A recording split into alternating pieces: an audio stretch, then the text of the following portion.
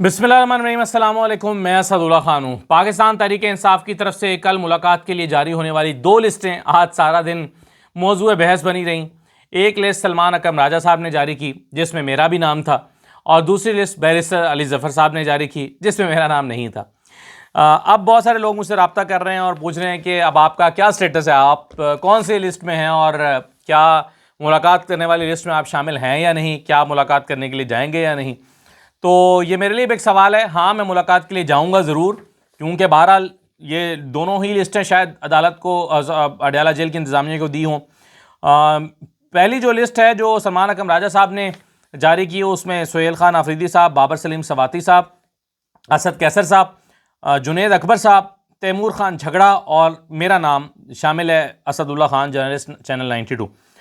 और जो दूसरी लिस्ट बैरिस्टर अली ज़फ़र साहब ने जारी कर दी, उसमें सुहेल आफरीदी साहब का नाम कॉमन है, जुनेद अकबर साहब का नाम दोनों में कॉमन है, शाहिद खान खट्टक का नाम शामिल किया गया है इसमें, जो कि सलमान राजा वाली लिस्ट में नहीं था।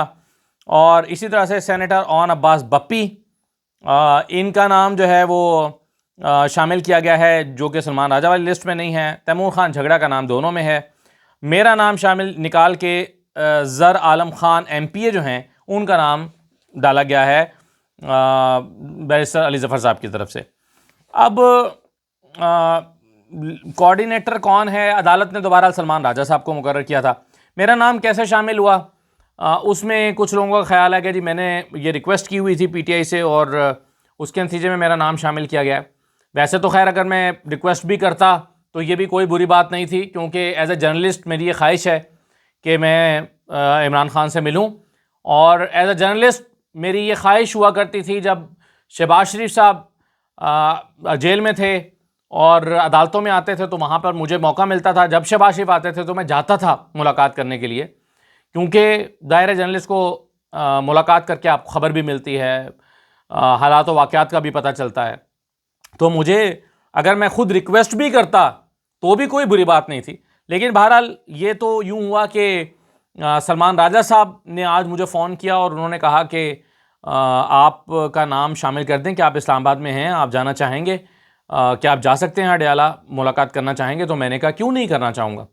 तो मैंने उनसे कहा कि बिल्कुल आप मेरा नाम शामिल कर दें। तो यूँ मेरा नाम इसमें शामिल हुआ। अब इसके पीछे क्या वजह थी, मेरा नाम क्यों डाला गया, या सलमान राजा साहब ने जिन लोगों से मुशावरत की होगी, नईम हैदर पंजोता थे उनके साथ, शौकत बसरा थे उनके साथ, खालिद यूसुफ चौधरी भी शायद उनके साथ थे, तो इन लोगों से उन्होंने मुशावरत की होगी और मेरा नाम किसी ने तजवीज़ किया होगा और सलमान राजा साहब ने कहा होगा कि बिल्कुल ठीक है, एक जर्नलिस्ट का नाम भी हमने डालना है तो ये अच्छी बात हो जाएगी।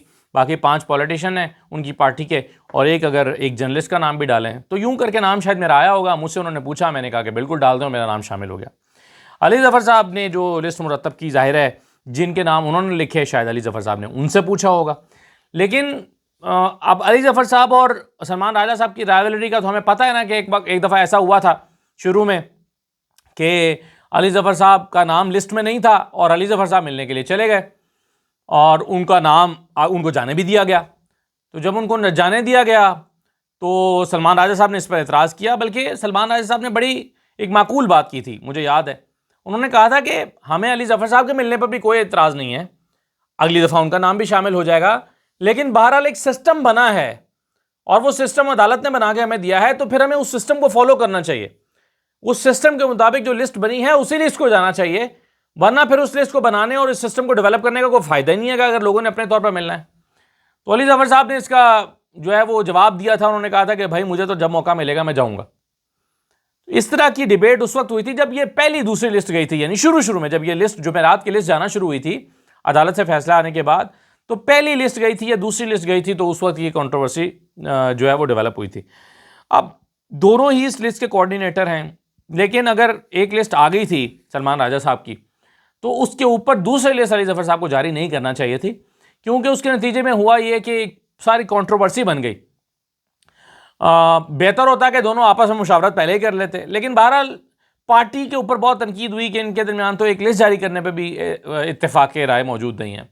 तो इस पर काफ़ी मसला मसाइल हुए, सारा दिन इस पर डिस्कशन होती रही, टॉक शोज़ में जब सवाल होते रहे तो PTI के लोगों के पास इसका कोई जवाब नहीं था।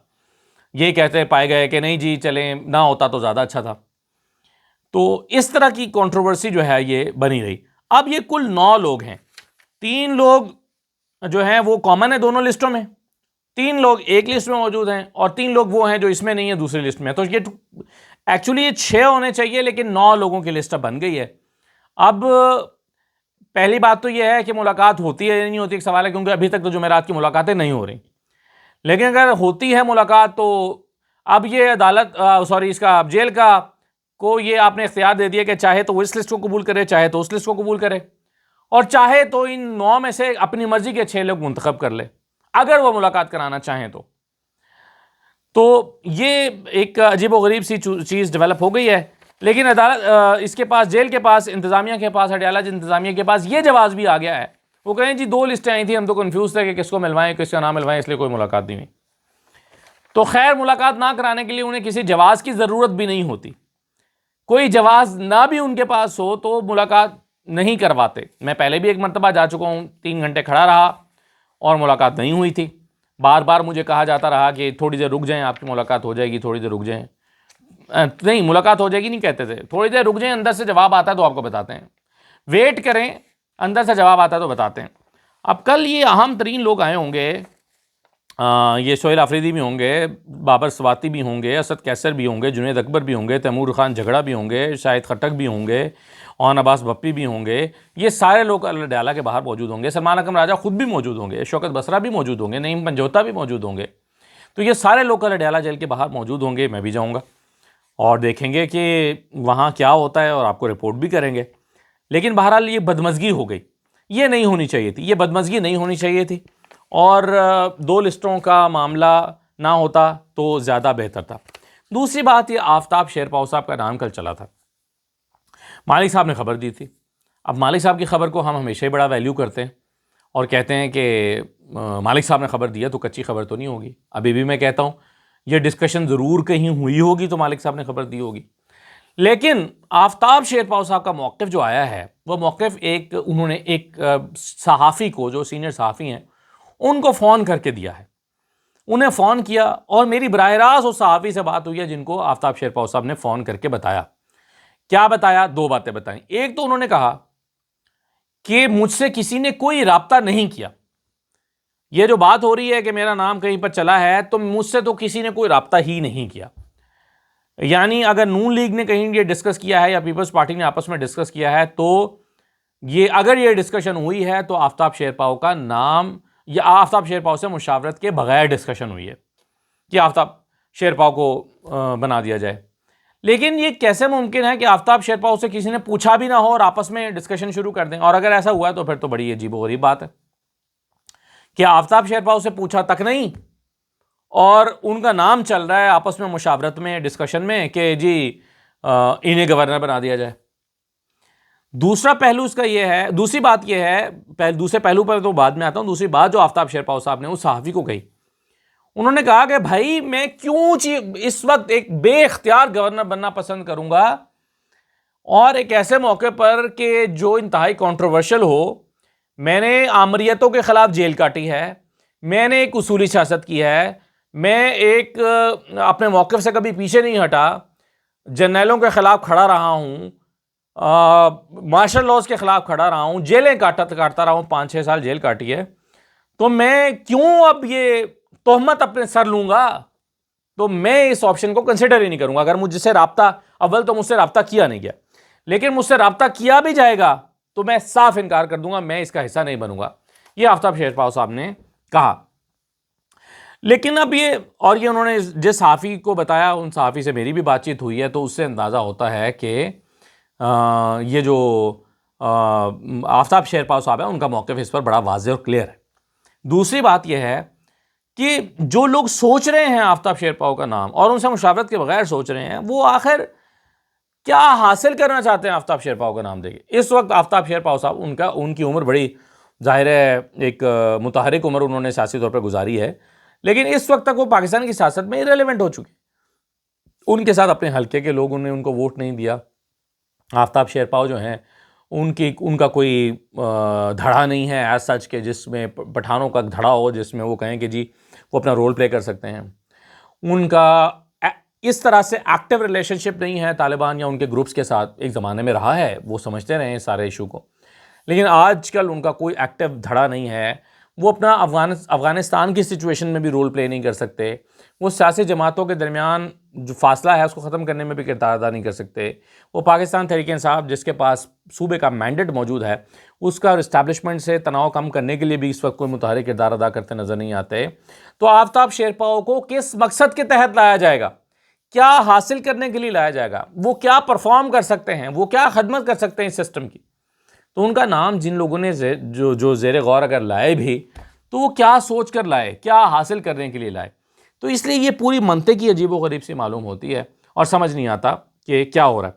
हाँ, एक बात जो बैरिस्टर अकील कह रहे हैं कि जी आर्टिकल 243, आर्टिकल 234 आर्टिकल 234 के लिए जो है वो आर्टिकल 234 को इस्तेमाल में लाया जा सकता है सूबे के अंदर। अब आर्टिकल 234 क्या है, सादा लफ्ज़ों में मैं कहूँ तो ये गवर्नर राज लगाने की बात है।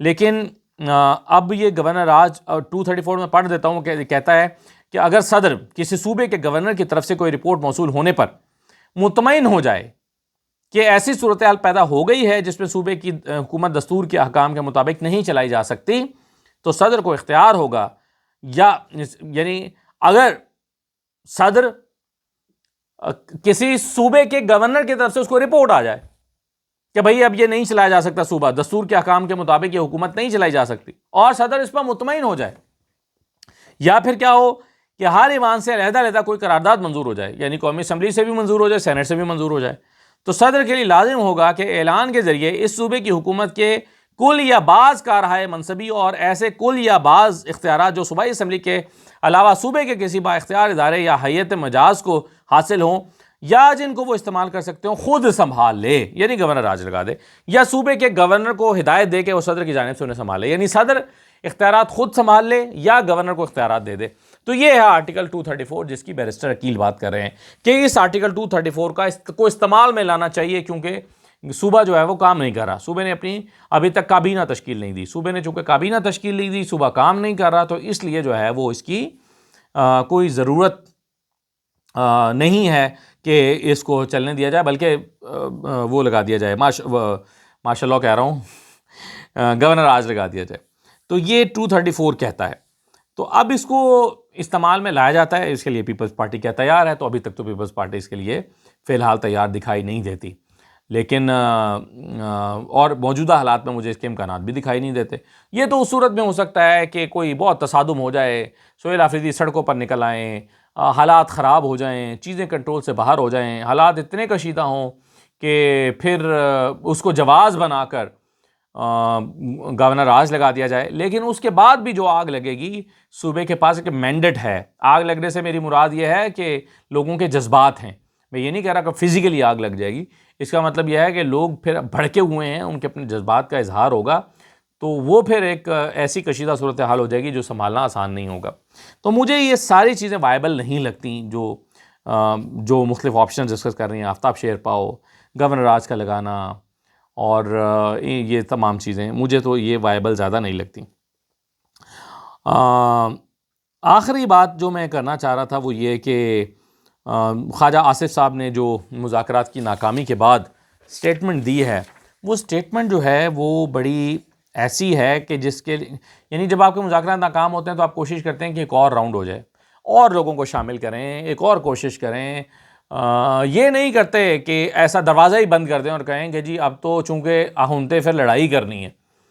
जो बातें ख्वाजा आसिफ साहब ने की हैं वो बड़ी तशवीशनाक हैं, उनको पढ़ के लोगों को बड़ी परेशानी हुई है। वो कहते हैं कि पाकिस्तान वाज़े करता है कि इसे तालिबान रजीम को ख़त्म करने या उन्हें गारों में छुपने पर मजबूर करने के लिए अपनी पूरी ताकत इस्तेमाल करने की हरगिज़ ज़रूरत नहीं। अलबत्ता तालिबान रजीम की अगर ख्वाहिश हो तो तोरा बोरा में माजी की शिकस्त के मनाजिर जहाँ वो दुम दुबा कर भागे थे दोबारा देखना यकीनन अक़वाम आलम के लिए एक नया दिलचस्प मंजर होगा। अब ये चीज़ें ले रहे हैं, मजाक कर रहे हैं, हालांकि बहुत संजीदा मामला है, लेकिन ख्वाजा आसिफ साहब कहते हैं कि हम करना तो नहीं चाहते, लेकिन अगर आपकी ख्वाहिश है तो फिर तुम्हें तोरा बोरा जैसे मनाजिर हम दोबारा दुनिया को दिखा सकते हैं। ये बातें करने की ज़रूरत क्यों पेश आ गई? फिर आगे जाके वो कहते हैं अगर अफ़गान तालिबान फिर भी दोबारा अफ़गानिस्तान और उसके मासूम अवाम को तबाह करने पर मुसर हैं तो फिर जो भी होना है वो हो। यानी अगर आप समझते हैं कि अफगानिस्तान को मासूम लोगों को तबाह करना, तो फिर बस ठीक है, तुम तैयार हो तो हम करेंगे। जहाँ तक ग्रेव यार्ड ऑफ एम्पायर्स के बयानिए का ताल्लुक है, यानी अजीम ताकतों का कब्रिस्तान अफगानिस्तान को कहा जाता है, तो वो कहते हैं जहाँ तक इस बयानिए का ताल्लुक है, पाकिस्तान खुद को हरगिज़ एम्पायर नहीं कहता, लेकिन अफगानिस्तान तालिबान की वजह से अपने ही लोगों के लिए कब्रिस्तान से कम नहीं। ये कभी सल्तनतों का कब्रिस्तान तो नहीं रहा, अलबत्ता हमेशा बड़ी ताकतों के खेल का मैदान ज़रूर रहा है। तो ये भी एक फजूल बोंगी सी मारी है ख्वाजा आसिफ ने। वो कहते हैं ना जी, रशिया यहाँ पर आकर उसका ग्रेवयार्ड बन गया, अमेरिका का ग्रेवयार्ड बन गया, दुनिया की 25 अफवाज आएंगी उसका ग्रेवयार्ड बन गया। यानी ग्रेवयार्ड बनने से मुराद यह है कि वो यहाँ पर अपनी लाशें देकर गए, अपने सिपाहियों की जानें देकर गए और मकासद हासिल नहीं कर सके, नाकाम लौटे, नाकामरान लौटे। ख्वाजा आसिफ साहब कहते हैं कि नहीं, उस बयानिए से इख्तलाफ कर रहे हैं और वो कहते हैं कि जी ये अपने ही तालिबान के अपने ही लोगों का कब्रिस्तान। ऐसी बातें करने की ज़रूरत है क्या? आपको तो कहना चाहिए कि जी मुज़ाकरात नाकाम हो गए हैं, लेकिन हम अपनी कोशिशें जारी रखेंगे, हम अमन चाहते हैं, अफगानिस्तान में भी अमन चाहते हैं। और ज़्यादा से ज़्यादा ये कहा जा सकता है कि हमारी ताकत को, हमारी जो खामोशी को या हमारे तहम्मुल को कमज़ोरी ना समझा जाए, हम अब ताकतवर मुल्क हैं और वगैरह वगैरह। ऐसी डिप्लोमेटिक लैंग्वेज में बात की जा सकती थी। जो बातें ख्वाजा आसिफ ने की हैं ये बिल्कुल डिप्लोमेटिक लैंग्वेज नहीं है कि तोरा बोरा बना देंगे और तोरा बोरा के मनाजिर दुनिया के देखने के लिए दिलचस्प होगी। वो इस्लामाबाद में हमले की धमकी दे रहे हैं, वो कह रहे हैं इस्लामाबाद में अटैक करेंगे। आपको बज़ाहिर लगता है कि उनके पास ये ताकत नहीं है, लेकिन अगर वो इंडिया से ये ताकत लेकर कर दें, देखें ना, ड्रोन अटैक करना, इस पर तो आप उनसे सवाल नहीं कर सकते कि भाई तुम्हारे पास वो ताकत ही नहीं है, तुमने कैसे कर लिया। वो कैसे भी कर लें, वो कोई और वहाँ पर बैठ के ऑपरेट कर दे, अफगानिस्तान से कोई और सेटअप बना के दे दे। तो मैं ये नहीं कह रहा कि वो करने जा रहे हैं, लेकिन ये नौबत नहीं आनी चाहिए और वज़ीर दिफा को इस तरह का लबो लहजा और इस तरह की लैंग्वेज तो बिल्कुल इस्तेमाल नहीं करनी चाहिए। ये हिमाकत से कम नहीं है, बल्कि उन्हें कहना चाहिए कि डिप्लोमेटिकली उन्हें जवाब देना चाहिए कि हमारे मुज़ाकरात नाकाम हो गए हैं, लेकिन हम चाहते हैं कि अफगानिस्तान में अमन कायम हो, हमारे यहाँ भी अमन कायम हो, हमारे खिलाफ अफगानिस्तान की सरजमीन इस्तेमाल ना हो, और इसके लिए हम कोशिशें करते रहेंगे और ब्रदर मुल्कों को दरख्वास्त करेंगे कि वो मुज़ाकरात की कामयाबी में या दोबारा मुज़ाकरात को शुरू करने में अपना किरदार अदा करें। हम जंग नहीं चाहते, हम दोनों तरफ इंसान बसते हैं, हम किसी का खून बहाना नहीं चाहते, लेकिन हम ये भी बर्दाश्त नहीं करेंगे कि हमारे अफ़गानिस्तान की सरजमीन इस्तेमाल करके दहशतगर्दी हो। ये हमारे लिए नाकाबिल कबूल है। आप डिप्लोमेटिक लैंग्वेज में इस तरह का एक अच्छा जवाब दे सकते थे, लेकिन ये जो फजूल फड़ मारी है, ये जो आपने धमकियाँ दी हैं, ये मेरा ख्याल है डिप्लोमेटिक लैंग्वेज नहीं है जो ख्वाजा आसिफ साहब ने किया। इजाज़त दीजिए, अल्लाह हाफ़िज़।